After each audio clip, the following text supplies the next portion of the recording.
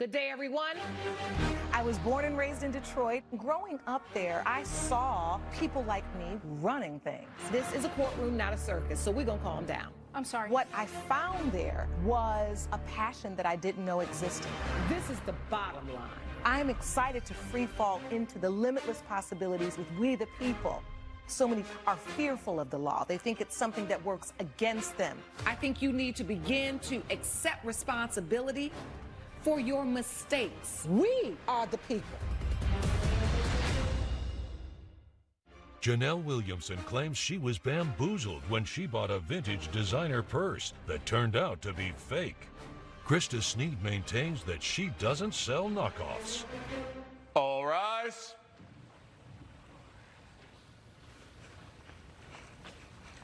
Court is now in session. The Honorable Judge Lauren Lake presiding. Please be seated. Good morning, Your Honor. Good morning. Good day, everyone. Good day. This is the case of Williamson versus Sneed. Ms. Williamson, you are suing Ms. Sneed for $478.50. You say it's the cost of a bag that you purchased at her boutique that turned out to be fake. Yes, Your Honor. All right, tell the court what happened. So I went to Miss Sneed's store and I liked a bag. So I looked at this bag, examined the bag, looked at the label, saw the price, and I was like, oh, this is nice. I feel like it's a steal for the price and the label. So I went on to get the bag, and I was about to leave, and she was like, oh, remember, it's no refunds, no exchanges, no whatever. So I was like, oh, yeah. But then I went on to my house, excited about, again, having a steal, and my cousins were like, yeah, darling, this is fake. And then I went on to even go to the store and get it examined. And they said, I'm so sorry, Mom, it's a fake bag. And then I just looked stupid. So if it was a steal, why did you think it was real? Because it's a vintage store. So vintage stores, generally, the ones I've been to anyway, sell real bags. But apart from that, it was definitely expensive for a vintage store. But because of the label and the price, I thought, oh, this is a steal. This is a great value. Yes, I want to keep it. You want to keep, you want to get the bag. Yes. Okay, and you bought it. Yes. All right. So Ms. Sneed, how do you respond to Ms. Williamson's claim? She says she came into your store, she saw a bag, and she thought she was getting a real bag. What do you say to this? First of all, she never asked me if it was real, so I never stated that it was, but I also never thought I would need to because I don't accept things into the store that are fakes. So it just wouldn't have dawned on me. Oh, so you don't sell any fakes in your store? No, we don't sell any fakes because if it has a designer, excuse me, if it has a designer label, then it is a designer item. We certainly do have other vintage items, say from the 1920s and such, that don't have any label. Of course. Right, yeah, but if it says it's a designer, it's a designer. But you don't sell replicas or copies of vintage bags. We do not sell does. fakes. And so, Ms. Williamson, I'd like to know from you then, how did you come to believe it was the designer bag you thought it was? So it has the label and it has the monogram logo on the corner. You know how it has the tiny little label in the corners of these designer bags? So it had had that the as well. label? Yes. So you went into the actual store of Yes. the designer, Yes. and they basically said, this is not one of ours, Yes. or this. Did they make a purse that was just like that, Yes. or was there? So there is a purse That's similar, at the yes. store, similar or exactly like it. That's a difference. I thought it looked exactly like it, but when I went into the store and she pulled it up on the computer, she was like, oh yeah, no, this is... You could see the differences Yeah. between the real bag and what you had. How did the actual label look? The label was very similar. The difference was the bag that I got from her was black, and the label that they have was like a grey black, so it wasn't like a black, but her label Did you is bring black. the bag with you? I did, Your Let Honor. me see it, please. Thank you, Sean. You're welcome. And the label's in the inside? Yes. It's a smaller bag, so the label is small. So when you go back to Miss Sneed and go back to the shop, what do you say? I was like, oh, hi, I would like to return this bag. I realized it's fake. I'm sorry that I found out so late. I should have known when I was in the store, but I realized the bag was fake and I would like my money back. Okay, so why did you apologize for saying, I'm sorry, I should have known this was a fake in the store? Oh, because I feel like I should have known, just being me. I should have known that it was a fake bag.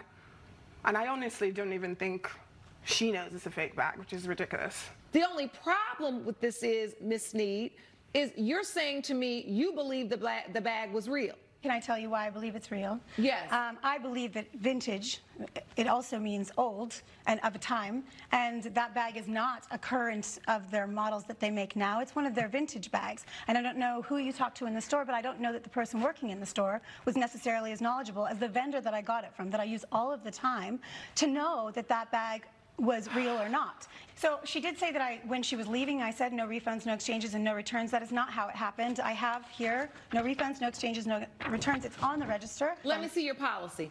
Sean, will you hand that to me, please? Thank you. Here we are. The Remix Boudoir. Yeah. I should have known. It's a remix. It's I should have known. from the old. That's exactly what I was thinking. And if Exactly. you I think should about know. what a remix is, It's the old to the new. It's hip to the now. well, it might be hip to the now. It might be fake. We don't know. I know.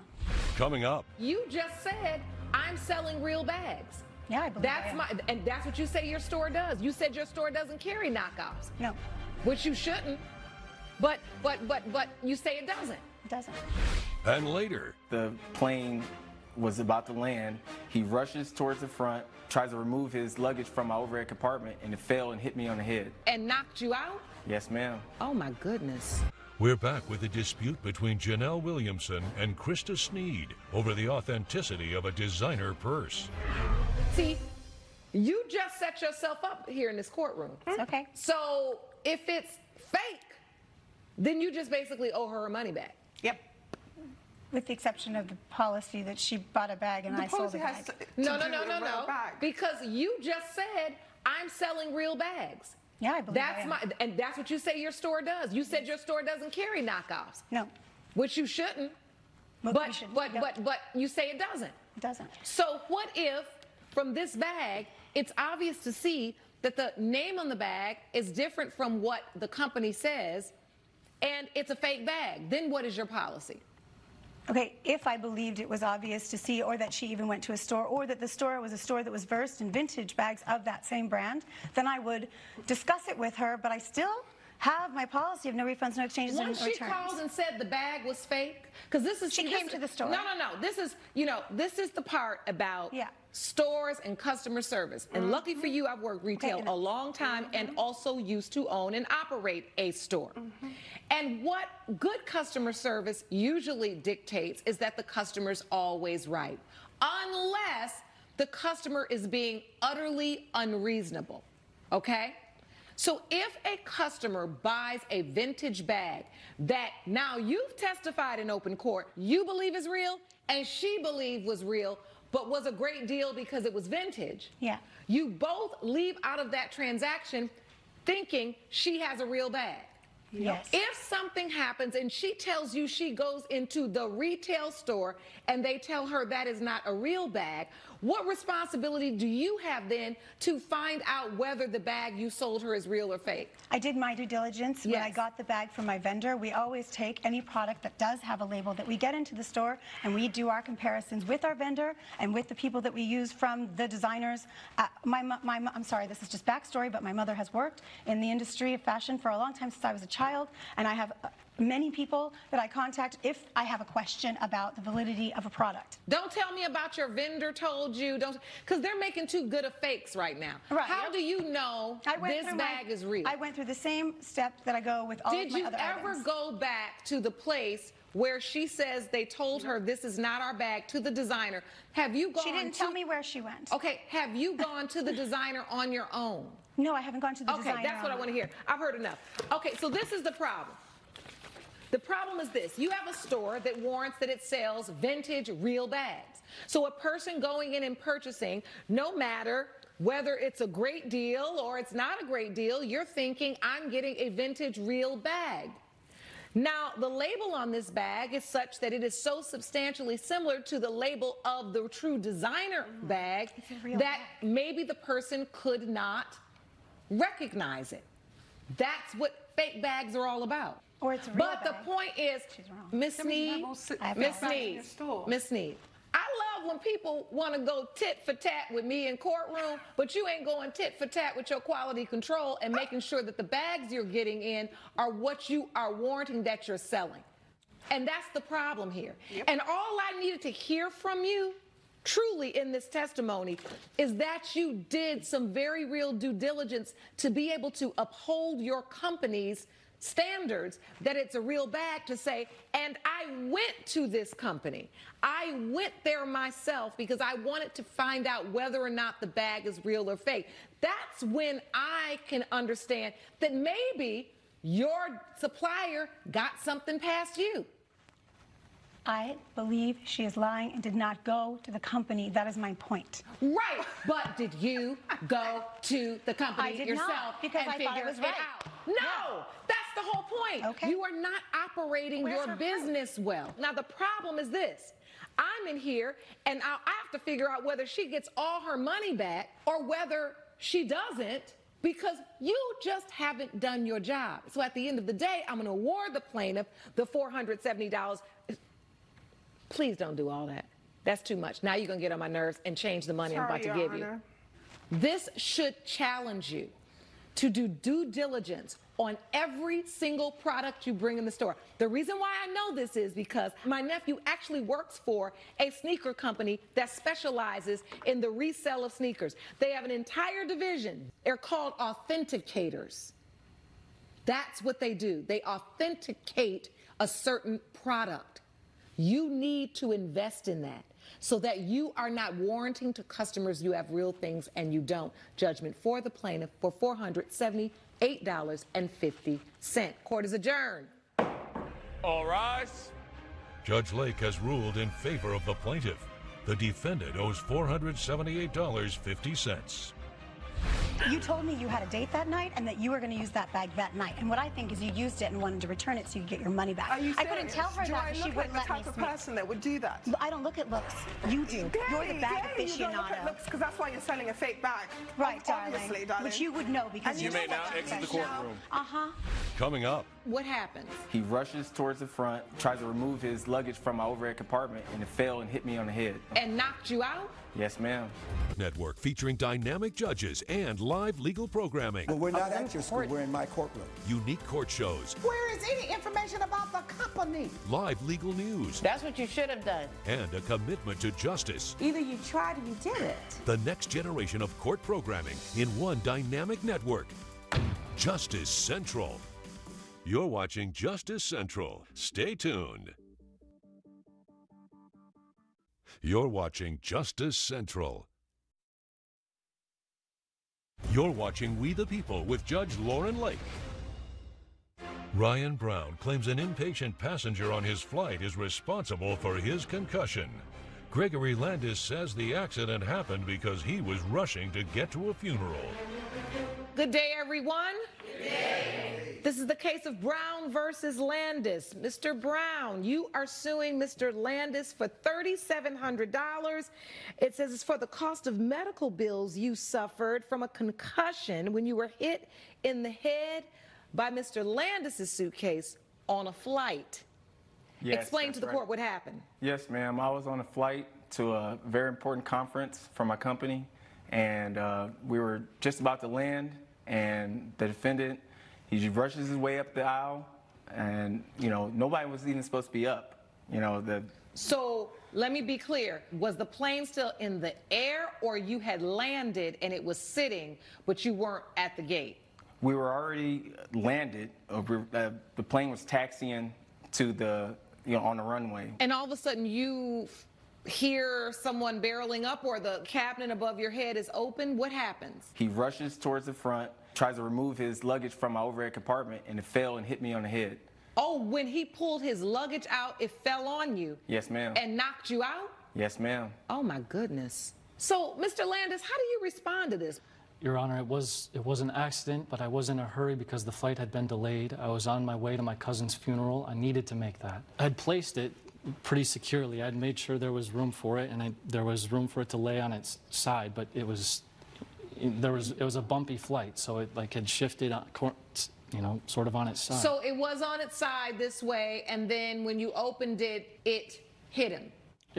I saw it kind of start to fall, so I kind of hesitated in grabbing it, and the wheel got the wheel on the bag got caught. Coming up, I saw Mr. Landis come up the aisle, and I asked him multiple times to please sit down. He did not listen. I saw his bag fall. That is when I got up and ran to Mr. Brown's side. we're back with the case of Ryan Brown, who blames fellow airline passenger Gregory Landis for his head injury. Bottom line, you dropped it. And you're admitting you did. Yes, but it fell on his head. Yes, but it was in no way on purpose or any way that I could predict how that was going to happen. I'd like to hear from your witness, Mr. Brown. Will you stand, ma'am?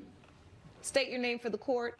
My name is Maria Costin, and I was the flight attendant on the flight between Mr. Landis and Mr. Brown. Thank you for being here, Ms. Costin. I'd like to understand from your perspective what happened when the flight landed. His bag was technically a carry-on, but it was a little stuffed. But when I saw him put his bag up, it technically did fit.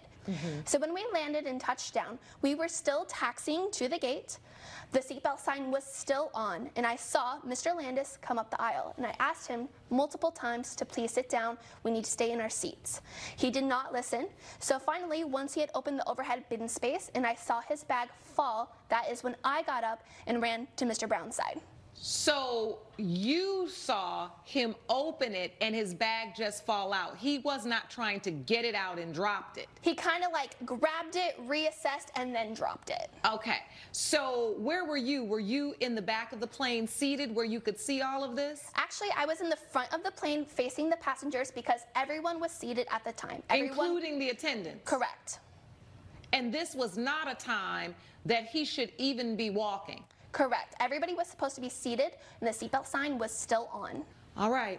Your Honor, let it be known, please, that the plane was stopped for a good minute before I decided to get up. I thought it was at the gate already, but... Right. Judge Lake's verdict when We the People returns. Mr. Landis, there is never a time that a passenger can just unilaterally decide, I'm going to remove myself from my seat and run up the aisle. And this is probably the exact reasons why airlines want to be at a complete stop at a gate before the overhead bins are open for the cases just like this, that someone could be injured. Now, I am not hearing right now any way that the flight attendants and the airlines were negligent, but that is going to be something for the court to decide, Mr. Brown, when you move on with that portion of your litigation. Yes, ma'am. But in this court here today, Mr. Landis, I have found you to be liable for the $3,700 in damages that Mr. Brown suffered because you did not follow the rules that are put in place to keep you and other passengers safe. With that said, judgment for the plaintiff for $3,700. Court is adjourned. Thank you, Your Honor. All rise. Judge Lake has ruled in favor of the plaintiff. The defendant owes $3,700. It's not even my fault. I empathize I want with you, to man. sue the, I mean, go for this, sue the airline. I know you lost your cousin, but there's still, rules that you have to Don't even follow. talk about my cousin right now. Yeah, I apologize about your cousin, dude. Language, sir. You may now exit the room.